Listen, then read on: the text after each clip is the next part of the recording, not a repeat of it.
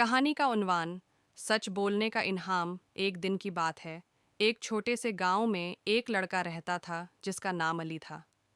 अली बहुत शरारती था, लेकिन उसकी सबसे खास बात ये थी कि वो हमेशा सच बोलता था, चाहे हालात जैसे भी हों। अली के गांव के करीब एक जंगल था, जहां लोग जाना पसंद नहीं करते थे, क्योंकि कहते थे कि वहां एक खौफनाक रीछ रहता है। एक दिन अली लकड़ियां काटने के लिए जंगल चला गया। वो अपना कल्हाड़ा एक दरख्त के नीचे रखकर पानी पीने गया। जब वापस आया तो कल्हाड़ा गायब था। अली परेशान हो गया।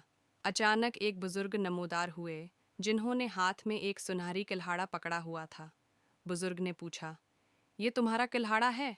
अली ने जवाब दिया, नहीं जनाब, मेरा कल्हाड़ा लोहे का था। बुजुर्ग मुस्कुराए और फिर एक चांदी का कल्हाड़ा निकाला। ये वाला? अली ने फिर नफ़ी में सर हिलाया। नहीं, ये भी मेरा नहीं है। आखिर में बुजुर्ग ने एक आम सा लोहे का कल्हाड़ा निकाला। अली खुश होकर बोला, हाँ, यही मेरा कल्हाड़ा है। बुजुर्ग बहुत खुश हुए और बोले, बेटा, तुमने सच बोलकर मेरा दिल खुश कर दिया, इसलिए मैं तुम्हें ये तीनों कल्हाड़े इनाम में देता हूँ। अली बहुत खुश हुआ। वो दौड़ता हुआ घर गया और सबको बताया कि सच बोलने का कितना बड़ा इनाम मिला। सबक: हमेशा सच बोलना चाहिए, क्योंकि सच्चाई का फल हमेशा मीठा होता है।